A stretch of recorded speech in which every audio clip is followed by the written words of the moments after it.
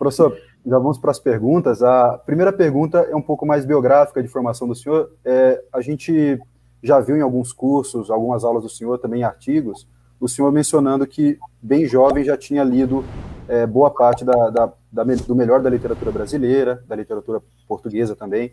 E num artigo no livro Dialética Simbólica, o senhor menciona um exercício que o senhor fez com diversos autores, o senhor menciona explicitamente alguns autores, imitando o estilo deles para assimilar aquelas capacidades expressivas, etc., para aprimorar. E é evidente o efeito que isso teve, o autodomínio da linguagem que o senhor tem, etc. E a gente queria saber se tem mais alguma dessas práticas ou exercícios que o senhor fez na sua formação, que o senhor acha que contribuíram, né, para essa formação da linguagem, para esse domínio da linguagem que o senhor tem.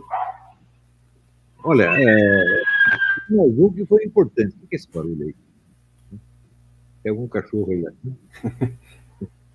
Minha cachorra está quietinha. Bom, é o seguinte, um exercício que foi muito importante para mim é que eu tinha vários empregos, né? Não tinha tempo para nada, então eu planejava as coisas que eu ia escrever e tinha que guardar na memória. Eu ia, assim, estava no trem, no metrô, no ônibus, eu ia decorando o que eu queria escrever. Isso, para mim, foi fundamental. Talvez tenha sido o exercício mais importante da minha vida, porque isso me ensinou a pegar, vamos dizer, o sentido da forma do texto, a forma integral do texto, guardá-lo todo na memória, com começo, meio e fim, e então você sente a harmonia do conjunto, não só das frases soltas, tá entendendo? E isso aí, qualquer pessoa que lê os meus artigos vê que eles nunca se perdem, eles sempre têm uma ordem interna, a ordem às vezes sutil, parece que vai mudar de assunto, mas não muda, volta, né? Eu fui aprendendo, essa seria a arte da composição, na verdade, né? Eu fiz isso durante muitos anos, né? Eu, assim, casei muito cedo, tinha filho, tinha que trabalhar, às vezes tinha 3 empregos ao mesmo tempo, né? Então não dava muito tempo para sentar e escrever, né? Então, ou eu lia no ônibus, lia no metrô, e compunha as minhas coisas também no ônibus e no metrô. Isso foi... Olha, atrapalhou, eu achava ruim, mas hoje eu acho que foi bom. Perfeito. Então, decorar, né? Eu sempre acho bom decorar texto, decorar poesia, isso é muito importante. Decorar música. Eu lembro que até em São Paulo eu dava um curso que eu tocava a Quinta Sinfonia de Beethoven 50 vezes. Falei assim, vou ter que decorar cada nota, desgraçado. Você não sabe tocar nada, nem não sabe tocar nem campainha. Mas você vai lembrar tudo do começo até o fim. Eu fazia isso muitas vezes. Eu tinha uma tia que morava perto de casa, ela tinha uma bela coleção de discos, né? E uma vez eu fui lá e estava ouvindo lá a Quinta Sinfonia e vi atrás uma explicação da estrutura da música. Eu nunca tinha pensado nisso, né? Daí o cara dava o sentido da ordem interna da coisa e da forma total. Eu falei, isso que ele fez aqui com esta música, eu tenho que fazer com todas. Eu tenho que chegar ao ponto que eu consiga descrever cada música, mesmo nada entendendo de música, tá entendendo? Sim. Então, com isso, eu fui pegando tão bem a estrutura das músicas que uma vez eu até morava na casa do maestro e ele pedia para eu fazer análise musical e eu fazia, né? Depois, você estudou música? Eu falei, não, você não toca nem gaita, nada, nem campainha. Mas eu tinha a compreensão da estrutura. Isso foi exercício importante, né? Na minha vida, né? Decorar, olha, a memória, as pessoas não dão valor para a memória, mas a memória é tudo. Mas se você pergunta por que os alunos chineses são sempre os melhores do mundo, porque para conseguir escrever papai e mamãe, ele tem que decorar 5.000 caracteres. Então fica inteligente mesmo não querendo. Tá? Perfeito. E, professor, nessa linha mesmo, também o senhor é muito mais conhecido publicamente, né, pelos debates que o senhor travou com algumas personalidades, pelo trabalho como articulista, e sempre se destaca a capacidade retórica do senhor, né, muito impressionante, e no sentido positivo, claro, né, de expressão, convencimento. O senhor passou por alguma formação específica, assim, para a prática disso, ou autoeducação? Porque é evidente que a teoria o senhor conheceu pelas leituras, tal, o senhor Aristóteles, etc., mas passou por alguma prática, alguma coisa para ter essa capacidade? Olha, não sei, eu comecei falando em público, eu tinha 8 anos de idade, eu era um cara de pau, né? Isso, evidentemente, ajuda. O sujeito tem que vencer a timidez, tem que perder o medo de falar em público. Você, manda vir o auditório, tem 2.000 pessoas, manda vir. Assim que isso tem que ensinar para as crianças, para elas não terem... Aqui nos Estados Unidos, todo mundo aprende a falar em público. Você está entendendo? Como é que aprende? Técnica, não, bota o sujeito na frente do auditório, o cara tem que falar, né? Tem que se virar. E todo mundo acaba aprendendo. E isso tira a inibição e também desenvolve o próprio sentido da memória, do que você quer dizer para eles. Né? Mas eu, como pequenininho ainda, eu comecei a trabalhar no programa de rádio. Eu fazia um programa de rádio na rádio da igreja, a Rádio 9 de Julho. Né? Era negócio de musiquinha, eu era uma espécie de disco jockey. Né? Apresentava musiquinha para o pessoal. Eu sempre gostei disso. É claro que mais tarde eu fui estudar e tal, mas tudo que eu estudei não acrescentou nada àquilo que a prática já tinha ensinado. Né? Eu apenas aprendi os nomes das coisas que eu já estava fazendo. Alguma coisa deve ter acrescentado, mas eu acho que o principal mesmo foi a prática, né? Eu lembro que quando eu estava no ginásio, tinha um amigo meu que queria ser ator, né? E ele vivia estudando teatro, então era um cara de muito talento. Ele queria formar um grupinho de teatro, ele estava muito triste porque não tinha ninguém no grupo de teatro. Eu falei, deixa comigo. Né? Daí eu percorri todas as classes, dei um esporro em todo mundo. Quando chegou no fim da tarde, o grupo de teatro tinha 80 pessoas. Lá, tá aí essa turma, faz aí o seu espetáculo. Aí ele ficou muito contente, deu tudo certo. E, professor, nesse domínio aí da retórica, né? O senhor acha que tem ainda grandes oradores contemporâneos que o senhor admira e Ninguém. Não tem mais? O Brasil não tem mais. Não tem mais mesmo. Já teve.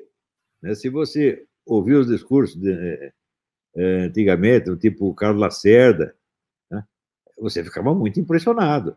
Eu ainda ouvi muitas vezes o Paulo Brossard. Paulo Brossard é um homem muito engraçado. Né? E oradores de outra época, que a gente só conhece por escrito, não tinha gravador, no tempo do Rui Barbosa não tinha gravador, né? E houve excelentes, né? De qualquer modo, de modo geral, o padrão dos políticos era muito, muito maior. E era tudo muito mais interessante, você nem imagina.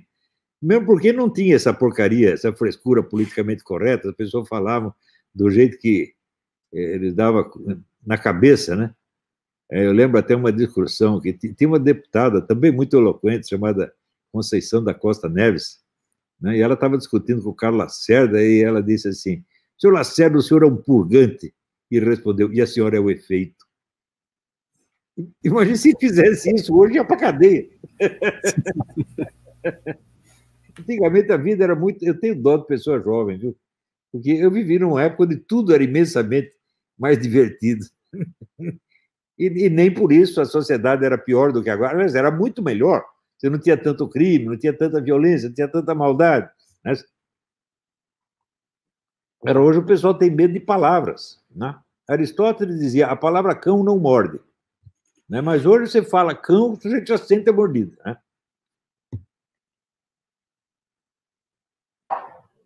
Inclusive, professor, né, o senhor mencionou o Carlos Lacerda, e há algumas semanas nós estávamos ouvindo aí um discurso que ele fez lá numa comissão de Constituição e Justiça, alguma coisa assim, né, se defendendo de uma acusação. Nós achamos aquilo, assim, impressionante, o tanto de alusões e construções complexas que ele faz ali diante de políticos, e acreditamos que o pessoal estivesse entendendo a coisa. Assim, se ele fizesse o mesmo discurso no parlamento de hoje, ninguém ia entender nada, o pessoal ia sair correndo. Exatamente. Quer dizer, o negócio do analfabetismo funcional é o grande problema brasileiro. O pessoal pensa que o problema é a esquerda, o comunismo, fala: não. Para isso ainda falta muito. Primeiro, as pessoas precisam se alfabetizar para ser comunistas, não chegaram lá, você está entendendo? Quer dizer, o comunista de hoje é uma vergonha para o comunismo, ele não sabe, mas é. Né? Então, o problema é a total destruição da inteligência brasileira.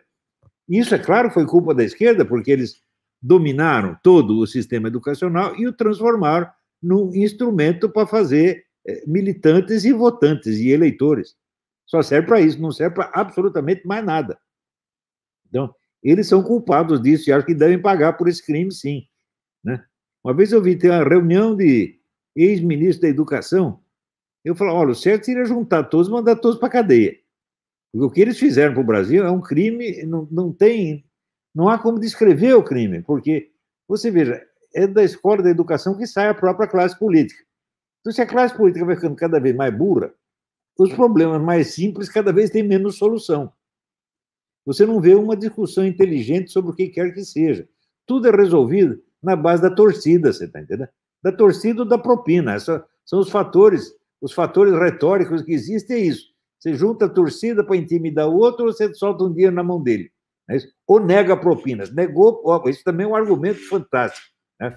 Você faz o que eu quero, senão não te dou mais dinheiro. Né? Então, o negócio baixou de nível, é uma coisa impressionante. Quer dizer, antigamente havia mais franqueza e havia mais inteligência. Se você acompanha, por exemplo, os debates, eu era criança, eu acompanhava os debates entre Adhemar de Barros e Jânio Quadros. Era um negócio imensamente divertido. Tá?